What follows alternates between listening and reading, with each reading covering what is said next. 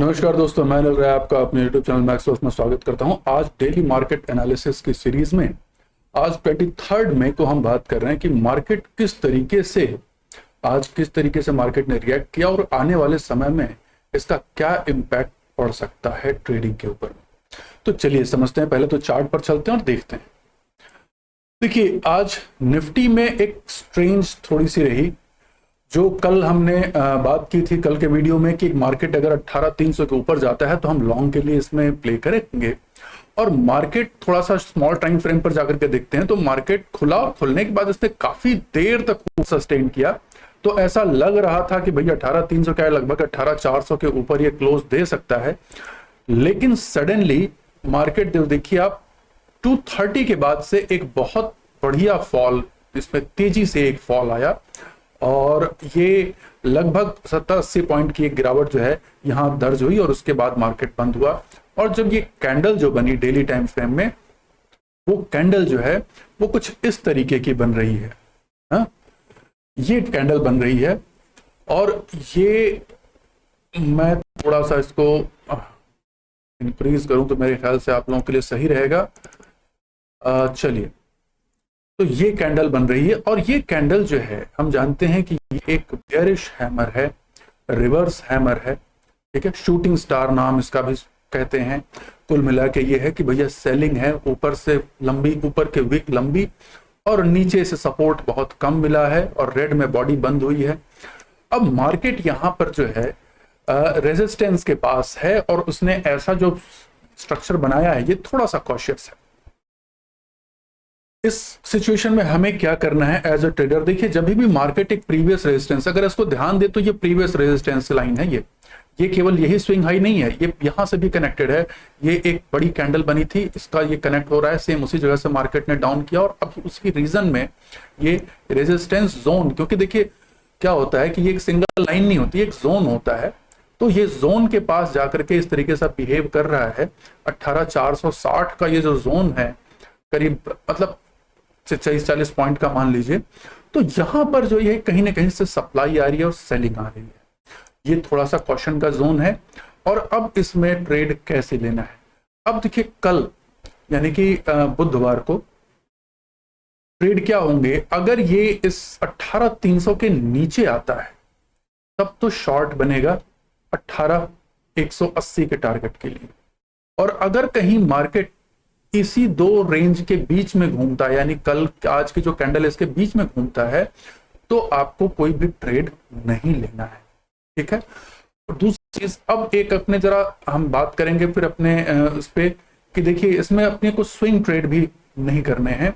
Swing trade shares में avoid करने हैं इस जगह पे, क्योंकि जब तक मार्केट इस फेज में था आपको शेयर्स में बड़ा अच्छा ग्रोथ भी मिला, बड़े अच्छे रिटर्न भी मिले होंगे। लेकिन इस जगह पर आपके एसएल बार बार हिट होंगे, ठीक है। हम अभी बाद में देखेंगे, हमने जो कॉल दिया उसमें से एक की एसएल हिट हो चुकी है और उसको एवेलुएट भी करेंगे। अब चलते हैं बैंक निफ्टी में। देखिए बैंक निफ्टी में क्या हुआ। बैंक निफ्टी में अगर आप देखें तो अभी भी ये इनसाइड कैंडल बन रही है। जो पिछली ये बड़ी कैंडल है ना, ये 18 मई की जो कैंडल है उसी के अंदर ये कैंडल बन रही है। यहां पर दोजी बनी, यहां पर बनी, यहां पर अब लगभग रिवर्स हैमर बन रहा है। तो मार्केट इनडिसिसिव है। ये सारी कैंडल्स जो बन रही है वो क्या बताती हैं? मार्केट इनडिसिसिव है, साइडवेज है, कुछ क्लैरिटी समझ में आ नहीं रही है। सडनली ये देखिए गिरा है 23 तारीख को, देखिए ये उठा, फिर कोशिश किया इसने 444 के ऊपर, लेकिन 44 के ऊपर अगर क्लोज नहीं देता है तो फिर यहां पर अपने को सतर्क हो जाना है। 44 एक बड़ा क्रूशियल लेवल है, ठीक है। तो यहां पर देखते हैं ये 44 का जो लेवल है ये बहुत क्रूशियल लेवल है। 44 के ऊपर जब तक ये कैंडल नहीं जाती है, इसके हाई के ऊपर हम कह लें एग्जैक्टली अगर कहें तो 4476 या 80, 4480 क्रॉस कर जाए, यानी राउंड फिगर में पकड़े 44,100 क्रॉस कर जाता है तो फिर इसका ऑल टाइम हाई ही है 44,150 का। जब ये नया हाई टाइम हाई बनाएगा तब तो भैया आपको बैंकिंग सेक्टर में स्विंग ट्रेड बनता है। निफ्टी जब तक इस लेवल को अब डिसाइसिवली क्रॉस नहीं करे, यानी कि 18,460 के लेवल को अगर डिसाइसिवली क्रॉस नहीं करे ऊपर की तरफ, अब आप कोई भी शेयर्स में स्विंग ट्रेड लेने से बचें, ठीक है। अभी ये सिनेरियो अपना पैसा अपने पास रखने के लिए है। जो लोग डेरिवेटिव में ट्रेड करते हैं, इंडेक्स में ट्रेड करते हैं, वो यहां पर अगर इसके नीचे आता है तो इंडेक्स में शॉर्ट कर सकते हैं। लेकिन अभी इस जोन में इन दोनों लाइंस के बीच में यानी 18,450 से लेकर 18,350 के बीच का ये जो एरिया है 100 पॉइंट का, ये बड़ा डाइसी और चॉपी एरिया होगा। इसके बीच में ट्रेड अवॉइड करें। इवन आप डेरिवेटिव में भी ट्रेड न लें जब तक इंडेक्स इसके बीच में घूमे निफ्टी। दूसरी चीज अब थोड़ा अगर देखें हम, तो अब ये ऐसा क्यों हो रहा है, हम एक बार आते हैं डॉलर इंडेक्स पे। ये देखिए डॉलर इंडेक्स का थोड़ा सा चार्ट है, और डॉलर इंडेक्स में आप देखें लगातार एक गिरावट थी। और जो लोग नहीं जानते हैं उनको बता दूं मैं, डॉलर इंडेक्स जो है दुनिया भर में कई करेंसीज के अगेंस्ट डॉलर की जो स्ट्रेंथ होती है उसको बताता है। और डॉलर इंडेक्स का और हमारे मार्केट का इनवर्स रिलेशनशिप यानी उल्टा रिलेशनशिप, ठीक है। अगर डॉलर इंडेक्स बढ़ेगा तो हमारे यहां मार्केट में गिरावट आएगी, करेक्शन होगा, और अगर डॉलर इंडेक्स गिरेगा इसका मतलब कि हमारे मार्केट में स्ट्रेंथ आएगी, सप्लाई आएगी मनी की, और वहां से वो फिर मार्केट ऊपर उठेगा। तो कहीं ना कहीं डॉलर इंडेक्स बढ़ने का मतलब है कि डॉलर्स की डिमांड बढ़ रही है, यानी कि जो FIIs हैं या जो अमेरिकन इन्वेस्टर्स हैं या जो भी अमेरिकन फंड्स हैं वो अपना पैसा समेट रहे हैं। तो वो जब समेटते हैं तो डॉलर की डिमांड बढ़ती है, और या फिर हो सकता है कि बाहर से लोग अमेरिका में भी इन्वेस्ट कर रहे हो, तो इसकी संभावना थोड़ी कम लग रही है। अभी जैसा यूएस की डेट सेलिंग वगैरह की बात चल रही है, तो यूएस की डेट सेलिंग को लेकर के क्या होता है कि मामला अनसर्टेन है। तो जितने भी जो पे बड़े फंड्स हैं वो अपना पैसा धीरे धीरे समेट रहे हैं कि एक बार ये क्लियर हो जाए सारा मैटर यूएस डेट सेलिंग वाला, तो उसके बाद फिर वो अपने फंड को नए तरीके से मार्केट में डालेंगे। अब देखिए डाउ जोन्स, अभी इस समय तो डाउ जोन्स बंद है, तो डाउ जोन्स का कल का चार्ट जो है वो अभी भी इस तरीके से रहा है और ये ट्रेंड के नीचे ही है। तो इसका अंदाजा हम कैसे लगा सकते हैं, US30 यानी कि जो डाउ जोन्स का जो फ्यूचर है वो आज भी रेड में है। तो ये थोड़ा सा जो है एक बता रहा है कि नहीं, ये अभी भी मामला जो है बहुत अच्छा नहीं है, और ये नीचे की तरफ अगेन आ सकता है, यहाँ पर 33,000 के आसपास से फिर पहुंच सकता है।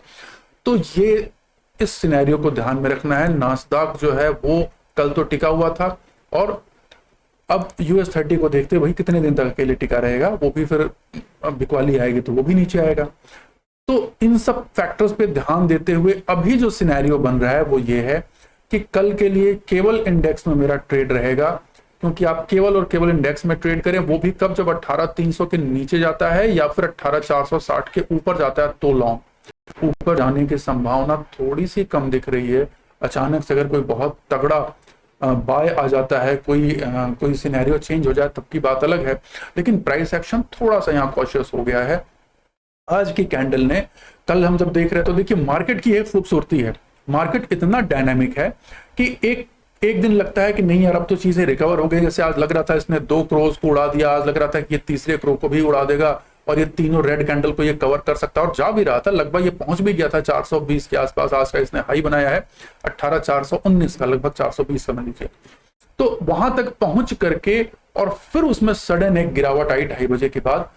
तो ये कहीं ना कहीं जो है ये एक इंडिकेशन है कि अब जो कैंडल बदली तो हमें भी उसी के हिसाब से, जैसा दिखता है हमको उसके हिसाब से चलना है, अपना अजम्पशन लेके नहीं चलना है, और इसी मार्केट के डायनामिक्स के हिसाब से अपने को एडजस्ट होना है। तो एक ट्रेडर की सबसे बड़ी खासियत यही है कि मार्केट जिस तरीके से मूव करे, मार्केट को एक्सेप्ट करते हुए, उसके ट्रेंड को रेस्पेक्ट करते हुए उसको नमस्कार करें और उसको फॉलो करने की कोशिश करें। आप मार्केट से फाइट ना करें, ठीक है। तो अब इस सिनेरियो में मैंने कहा कि अब इंडेक्स में ट्रेड बनता है, बैंक निफ्टी में अभी भी ट्रेड नहीं बनता है। बैंक निफ्टी में या तो 43,700 के नीचे ट्रेड बनेगा या 44,070 के ऊपर ट्रेड बनेगा, ठीक है, या फिर ऑल टाइम हाई जो 44,150 है और सेफेस्ट उसको क्रॉस कर जाए तो ट्रेड बने। नीचे की तरफ ये ट्रेड है, क्योंकि अभी ये पूरा का पूरा जो है ना ये नो ट्रेड जोन के अंदर ही चल रहा है। तो बैंक निफ्टी में अवॉइड करें और बैंकों में भी इन्वेस्ट करने से बचें, ठीक है। अब थोड़ा सा अपने आ जाते हैं, हमने जो 2 कॉल्स दिए थे, ये एक तो DLF की कॉल थी जिसमें स्टॉप लॉस हिट हो गया, ठीक है, और दूसरी जो है वेदांता की थी। वेदांता भी देखिए खुला तो बढ़िया था लेकिन कैंडल नीचे की तरफ बनी, ठीक है, खुला 293 के आसपास था लेकिन कैंडल वहां से केवल गिरावट ही गिरावट आई है। तो यहां पर मेरी एडवाइस ये है कि आप जो है अब इसमें स्टॉप लॉस कहां रहेगा, स्टॉप लॉस को आप इसके कल के क्लोज पर 287.80 पर ही क्लोज कर दें। अगर जिन्होंने 290 तो देखिए खुलते तो बाय करना मैंने हमेशा मना किया हुआ है, क्योंकि खुलने के साथ ही रेड कैंडल बनी है, तो आपका बाय कहीं अगर इधर 89-90 के बीच में है तो आप अभी भी इस जोन में है। 2 रुपए का स्टॉप लॉस अपनी कॉस्ट से, आपकी जो कॉस्ट है वहां से 2 रुपए नीचे 3 रुपए नीचे का स्टॉप लॉस लगा लें 1% का, ठीक है।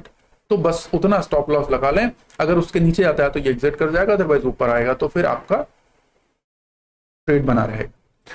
कल के लिए मैं कोई भी ट्रेड नहीं दूंगा स्विंग के लिए। रीजन मैंने बता दिया है कि मार्केट जैसा मुझे दिख रहा है अभी, और इस सिनेरियो में पिछली वीडियो में भी अगर आपने देखा हो कि जब भी मार्केट अपने रेजिस्टेंस के पास आता है तो उस समय स्विंग ट्रेड अवॉइड करना चाहिए। वहां पे एसएल बार बार हिट होते हैं, ये दोनों ही ट्रेड हमारे देखिए लगभग एसएल हिट होने में तो हिट हो गया, दूसरा लगभग हिट होने के कगार पर है।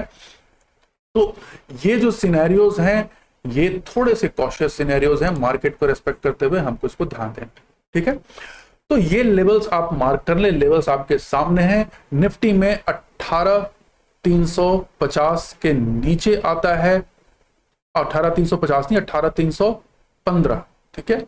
तो 18,315 के नीचे एग्जैक्टली 18,300 कहेंगे, 18,300 के नीचे अगर मूव करता है तो फिर आप शॉर्ट के लिए प्ले करेंगे। टारगेट आपका 18,180 के आसपास का है। और अगर ऊपर की तरफ जाता है तो ऊपर तो भैया देखिए जब ये क्रॉस करेगा ना 18,460 तब उसके ऊपर बात करें। बैंक निफ्टी के लेवल क्या है, बैंक निफ्टी में लेवल अलग है।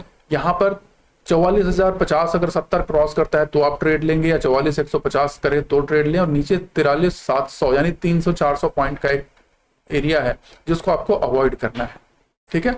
तो इस एरिया को आपको अवॉइड करना है और यहां पर अभी ट्रेड नहीं लेना है। तो अभी ये वेट एंड वॉच वाला सिलसिला है। ट्रेड लेने का टाइम यहां से यहां तक का था, अभी ये एरिया लगभग अपने देखिए रेजिस्टेंस के पास है मार्केट, तो हो सकता है पुल बैक लेकर के फिर ऊपर की तरफ जाए। तो आप वेट करें, अपना पैसा अपने पास लेकर के बैठे। कभी कभी नहीं ट्रेड लेना भी सबसे बढ़िया ट्रेड होता है, ठीक। आशा करता हूं वीडियो आपको अच्छा लगा होगा, कुछ भी सीखने को मिले। अगर 2 लाइन भी आपको समझ में आती है या कोई एक लाइन से भी अगर आपको कुछ अच्छी प्रॉफिटेबल लर्निंग बढ़ती है तो वो आपके लिए बहुत ही अच्छा, और उसके लिए हम उसके लिए बहुत आभारी हैं कि भाई हमारे इस प्रयास से आपको थोड़ी भी एक लर्निंग मिली। अगली वीडियो में आपसे फिर मिलूंगा, तब तक के लिए बहुत बहुत धन्यवाद। नमस्कार।